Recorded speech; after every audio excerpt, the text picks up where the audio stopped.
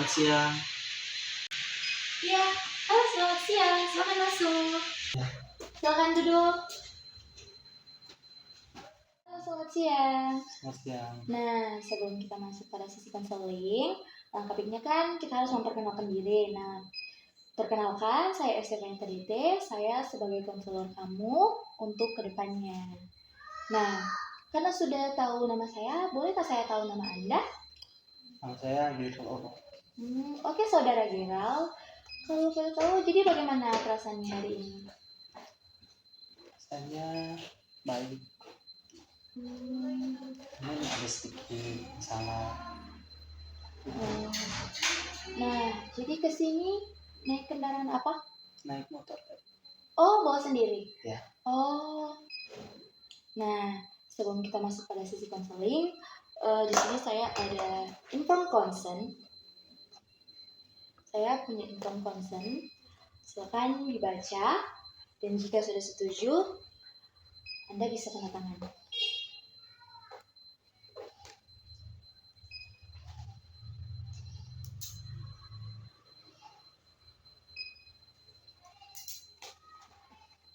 Nah, saya menjelaskan kembali bahwa segala sesuatu yang kamu ceritakan di sini di depan saya akan jaga kerahasiaannya. Namun, jika sewaktu-waktu kamu atau ada pihak ketiga dari kamu yang merasa terancam, saya bisa melaporkannya kepada atasan saya terlebih dahulu. Nah, sebelum kita mulai sesi konseling, apakah kamu sudah merasa nyaman? Agak nyaman sih. Kemarin bisa boleh cerita. Kamu bisa memulai untuk bercerita jika kamu sudah merasa nyaman dan kamu sudah bisa untuk mengutarakan apa yang kamu rasakan saat ini. Ya, ada yang harus saya ceritakan, Kak. Saya itu ditinggal oleh kekasih saya karena mungkin dia sudah merasa tidak nyaman dengan saya. Dia meninggalkan saya saat kira-kira kan itu udah 3 tahun pacaran. 3 tahun pacaran dia meninggalkan di tengah saya mungkin, tapi saya tidak mengerti kenapa dia belum meninggalkan saya, karena saya rasa akhir-akhir ini kita tidak ada masalah apapun. Memang sih kalau perasaan ditinggalkan memang sangat sakit ya. Kira-kira setelah kejadian itu bagaimana perasaan kamu dalam menjalani hari-hari dari kemarin sampai hari ini? Perasaannya Kak campur aduk sih, tapi rasanya mau gimana gitu ya, tapi ya gitu lah, tapi bagaimana ya rasanya, pengen bawanya itu pengen ngapain gitu Kak, pengen kita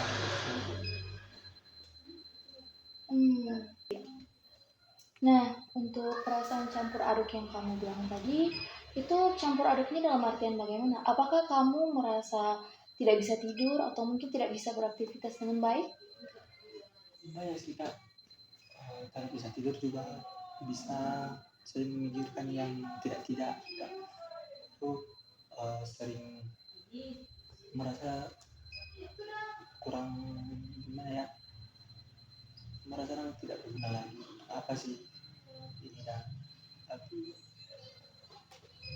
mau gimana lagi ya kan, memang rasanya sudah seperti itu. Nah, itu berarti tandanya pikiran kamu tuh lagi overload. Kamu tidak bisa memikirkan hal-hal yang positif. Nah, ada nggak sih keluarga atau teman yang bisa jadi tempat kamu untuk curhat? Atau kamu baru bisa menceritakannya di sini?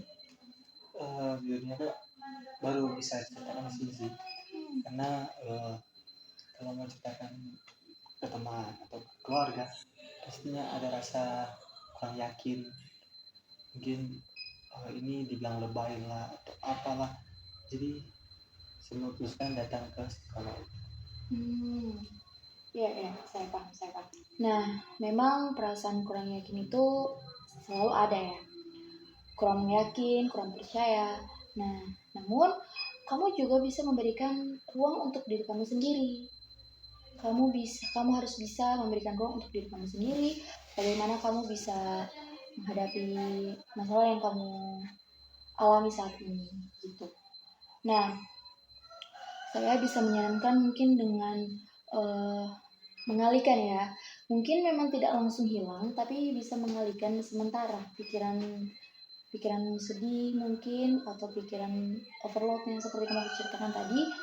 Kamu bisa kayak jalan-jalan santai atau jalan-jalan singkat, mungkin di kompleks rumah, atau mungkin melakukan hobi yang biasa kamu lakukan untuk ya mengalihkan sedikit pemikiran kamu supaya tidak terus-terusan berpikir negatif begitu. Ya, sekarang sih begitu Kak. Tapi kalau ada, kan saya dengan mantan ini udah 3 tahun ya Kak. Jadi pasti ada banyak kenangan yang pastinya kita itu saling kita lakukan Kak selama kita itu menjalankan hubungan. Pastinya saat saya jalan-jalan kemana gitu, saya kadang memikirkan dia. Saya berpikir bagaimana saya mau saya orang mau untuk tidak memikirkan itu. Saya mau mengubah cara pikir saya itu yang tadinya sering kali mengingat tentang dia, supaya saya itu kemana-mana itu rasanya sudah bebas gitu. Tapi semakin saya menjauh dari mengingat dia itu, semakin saya itu lebih ingat lagi, Semakin sakit ya, semakin sakit, bisa bilang sih seperti itu Kak. Jadi kalau mau jalan-jalan ke tempat yang saya sukai itu pastinya saat saya pengen itu pastinya ada dia di kenangan itu. Jadi mau ke tempat manapun itu pasti ada cerita yang di balik itu, ada momen yang mentor sama-sama yang kita sama-sama rasakan waktu itu.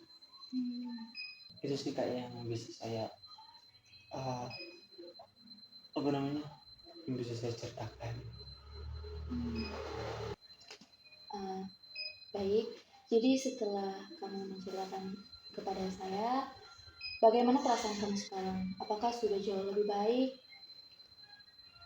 Lebih lega sih Kak setelah cerita, karena ada yang boleh diajak ngobrol itu dia agak sedikit lebih plong, lebih lega setelah cerita ini. Mungkin kedepannya akan sedikit lebih panjang sih. Ya, saya setuju. Kedepannya kita bisa atur waktu untuk sesi konseling yang lebih serius. Mungkin kamu bisa meluapkan lebih banyak cerita, perasaan yang kamu pendam yang belum bisa kamu ceritakan saat ini. Nah, sebelum sesi konseling berakhir, apakah ada yang ingin kamu tanyakan atau ada yang terlintas di kepala kamu yang masih perlu ditanyakan? Ya, sudah. Jadi terima kasih untuk sesi konseling saat ini. Saya harap semoga dengan sesi konseling saat ini selesai, kamu kedepannya bisa merasa lebih baik lagi. Sampai ketemu lagi di sesi konseling berikutnya.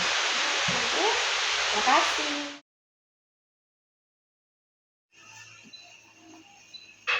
Selamat malam. Selamat malam, silakan masuk.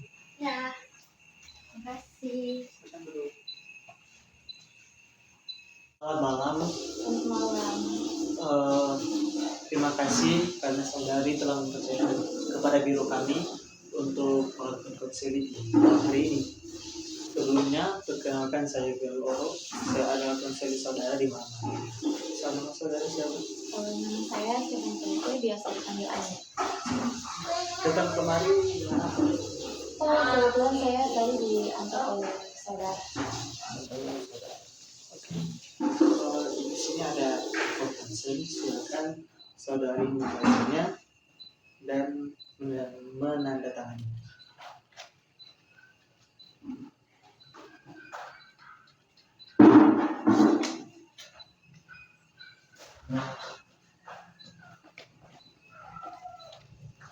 Oke, baik, terima kasih. Segala informasi yang saudari ceritakan akan kami jelaskannya. Namun jika tidak saudari ada ketiga, saya akan melaporkannya kepada atasan saya dan akan melaporkannya kepada pihak kepolisian. Kalau saudari merasa nyaman, silakan diceritakan bagaimana perasaan saudari saat ini. Jadi sejujurnya perasaan saya saat ini saya sangat sedih. Karena saya di saat ini saya berada dalam kondisi dalam satu hubungan yang bisa dikatakan toksik. Saya memiliki seorang kekasih dan dia itu sangat posesif dan sangat obsesi terhadap saya. Apapun yang saya lakukan itu selalu salah. Jadi saudara berpikir bahwa pacar saudara ini toksik ya? Iya. Toksik semacam apa? Dia kayak kalau misalnya saya main handphone gitu, terus ada notifikasi yang masuk, dia tuh kayak berpikir, kamu lagi chatting sama siapa? Gitu. Terus handphone aku tuh bakal dirampas gitu, terus bakal diperiksa, bakal bilang, ini siapa ini, kamu bakal ditanya gitu terus. Padahal aku tuh nggak buat kesalahan kan. Nah selalu dibilang, oh ini salah nih, kenapa kamu harus chatting sama dia, kenapa harus ada komunikasi sama dia? Padahal itu urusannya bukan urusan secara pribadi, itu urusan kampus. Tapi menurut dia itu salah. Dan saya tuh kayak merasa, kok bisa sih saya harus disalahkan seperti itu? Oh jadi saudari merasa dia itu marah dalam tidak ya? Iya.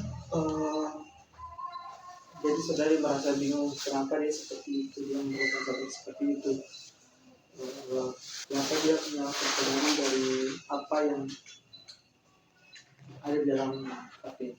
Ya, boleh saudari jelaskan lebih rinci. Nah terus dia itu tuh suka kayak nuduh-nuduh kan, nuduh kalau saya nggak balas chat lama saat dia itu dia sering nuduh, kamu jalan sama siapa, kamu lagi sama siapa, kamu lagi teleponan ya, kamu lagi telepon sama orang lain itu. Terus pernah juga sekali kita ketemu dan dia tuh kayak bilang, kita udahan aja deh, kamu tuh gak menghargai aku. Terus aku kayak bilang, menghargai apanya? Nah di saat aku sudah mengiyakan permintaan dia kayak merasa dia itu disalahkan gitu. Terus dia bilang, kenapa sih harus diiyain? Kenapa katanya dulu ini? Kenapa nggak bilang ini? Kayak merasa di sini aku tuh posisinya salah banget gitu. Ya. Jadi saudari merasa bingung dengan apa yang dilakukan oleh saudari ini. Kenapa dia seperti ini dan putus dan merasa bingung. Mungkin pacar saudari ini butuh perhatian yang lebih. Apakah saudari pernah melakukan perhatian yang lebih? Sebelumnya memang saya kasih perhatian, saya sering kasih perhatian. Tapi untuk akhir-akhir ini kan sudah tidak lagi karena kan sudah disibukkan oleh banyaknya tugas kuliah dan sering lelah juga kan. Ya masih saya sadar kayak, oh saya juga salah. Keadaan saya yang lelah itu terbawa emosi sampai ke dia gitu. Ya saya bisa mengerti perasaan saudari. Memang kalau sedang karena lelah, pastinya apalagi seorang perempuannya semua itu bisa mungkin saudari yang jujur saya merasa sangat senang ketika dia memberikan saya perhatian, tapi di sisi saya juga lelah. Saya lebih sering merasa insecure dan juga marah, kecewa seperti itu. Merasa marah ya, kecewa. Perasaan senang yang datang dari orang itu memang bisa bikin kita bertahan. Tapi kalau lebih banyak sakit, takut, apa itu tandanya kamu saudara itu perlu mempertimbangkan serius untuk melindungi diri saudara. Apakah saudari pernah bilang ke dia kalau merasa nggak nyaman atau takut atau kecewa gitu? Sudah, bahkan dia sering bilang saya itu mengarang-arang lebay dan nadanya tuh selalu ngegas gitu. Itu cara dia mengelola komunikasi dengan baik. Pertanyaannya, hubungan yang kurang sehat. Kalau saudari punya hak untuk didengar dan dihargai, lebih aman supaya saudari lebih percaya diri menyampaikan apa yang saudari rasakan. Ya, memang selama ini saya sering merasa saya tuh nggak terlalu mengurus diri saya. Saya lebih mementingkan dia daripada diri saya sendiri. Mungkin itu saja yang bisa saya ceritakan untuk saat ini. Saya belum siap untuk menceritakan yang lebih dalam lagi. Saya senang bisa membantu saudari di sesi konseling ini.